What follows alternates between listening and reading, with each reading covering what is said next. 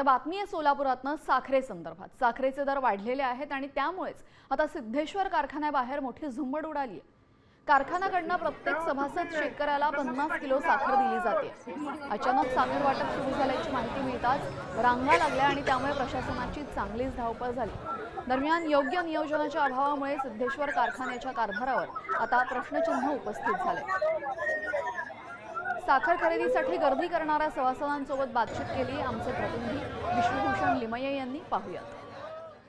महागाईची झळ आता सर्वसामान्य माणसाच्या किचनपर्यंत येऊन ठेपलेली आहे आणि साखरेचे दर वाढल्या कारणानं आपण पाहू शकताय, मी सध्या उभा आहे सोलापूरमधील श्री सिद्धेश्वर साखर कारखाना परिसरामध्ये आणि आपण या ठिकाणी पाहू शकताय की या कारखाना परिसरामध्ये जे सभासद आहेत त्यांना साखर वाटली चालली आणि ती साखर घेण्यासाठी या ठिकाणी तुंबळ अशा पद्धतीची गर्दी जी आहे ती होत असतानाचं एकूण चित्र आपल्याला दिसून येते। अचानक कसं काय गर्दी केला तेवढी?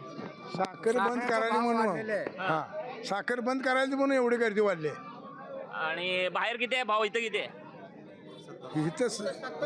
इथं 27 आहे का सभासदाला। 12 महिन्याला 50 किलो एका सभासदाला साखर आहे। त्यातले 25 दिलेले, 25 राहिले ती द्यायला आता।